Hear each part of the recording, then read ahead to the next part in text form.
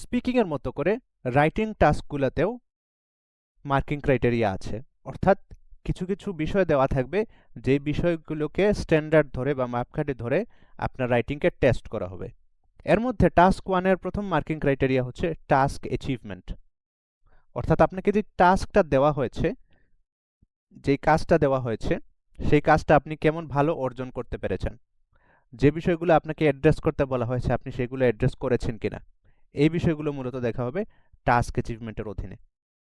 তাছাড়াও দেখা হবে কোহেরেন্স অ্যান্ড কোহেশন, অর্থাৎ আপনার লেখার কোহেরেন্স কেমন, কোহেশন কেমন, আপনার লেখার একটা অংশের সাথে আরেকটা অংশের মিল আছে কিনা, আপনার লেখার একটা অংশ থেকে যখন আরেকটা অংশে যাচ্ছেন তখন ট্রানজিশনটা স্মুথ হচ্ছে কিনা, ফ্লোটা সুন্দর আছে কিনা, নাকি আপনি লাফ দিয়ে চলে যাচ্ছেন, এবং সামগ্রিকভাবে আপনার লেখাটা কেমন যৌক্তিকভাবে সাজানো, আপনার লেখাটা প্রাঞ্জল কিনা, এই ধরনের বিষয়গুলোই দেখা হবে কোহেরেন্স এবং কোহেশনের অধীনে।